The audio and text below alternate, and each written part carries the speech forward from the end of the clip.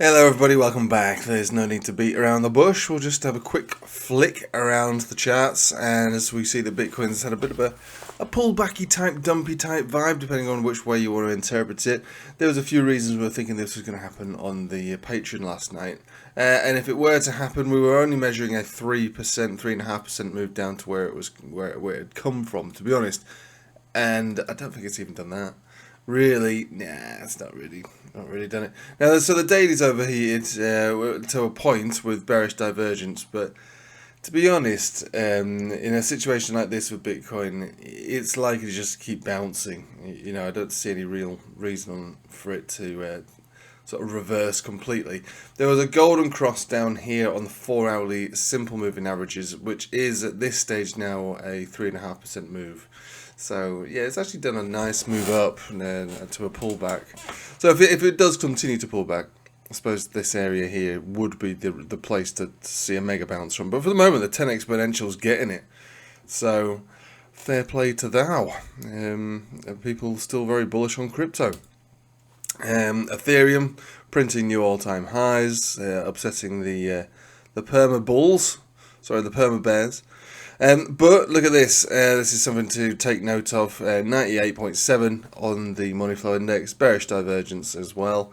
So it does look like it wants to have a pullback, and if it pulls back, it's probably going to pull the market back with it. And then lastly, just very briefly, we've got the Bitcoin dominance, which is approaching a major support. So, you know, that is roughly around 58.5% dominance, which goes back, you know, quite a little while. As a relevant support, and a breakdown area. You know, it's worth referencing as a place where you might see a bounce from. And remember, a bounce on the dominance chart could be a dump across the board for the market, a pullback in the market. Although Bitcoin is the one that's pulling back today in red and everybody else is kind of green. It's not always the case. It's very uncommon, actually, that is the case. So you might be seeing a bounce on the dominance chart, only to continue down. I still think, you know, as I've said for a long time, I think this is the top on it, and we have every chance to break each of these supports on the way down. I'm not saying, because I don't know which one it is that it's going to bounce on, but the idea is that the cycle is continuing to basically behave the way that we thought it was going to behave, which is fine. Is there really any point in looking at anything else, really? I mean, it's a brief overview of the market, and I think that's all you really need. If you do want more than a brief overview of the market, you join the Patreon, don't you? And then that way you get all the live streams and get to look at all the altcoins and whatever. And we did that last night. And I suppose, a long story short, without taking away the value of the Patreon, most altcoins do present in a way that they are going to go up on a 4-hourly. A lot of altcoins have a bearish daily still, because they have not even caught traction at all. And then there's a handful, I suppose there's more than a handful, which look awesome and have everything about them for which should spell continuation. And most of those are like top cap.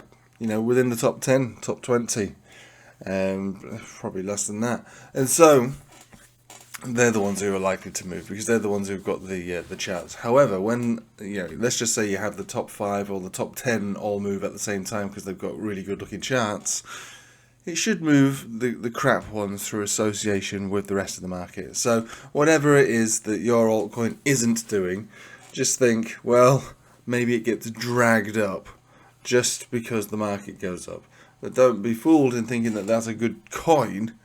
It may be, but, you know, it's just going to move with the market. And I think that's generally what Altseasons are. Even the low, crappy, down-only charts move up. And sometimes they move up enormously. And that's fine as well.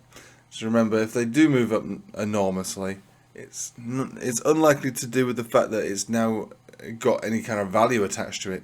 It's more likely to do with that there's a giant imbalance in the order books, that the sellers have been depleted, the order books are thin, and then as soon as a bit of cash starts flowing into that coin, just that sheer imbalance creates a giant green candle, which remember, the imbalance causes red candles too, so just be careful.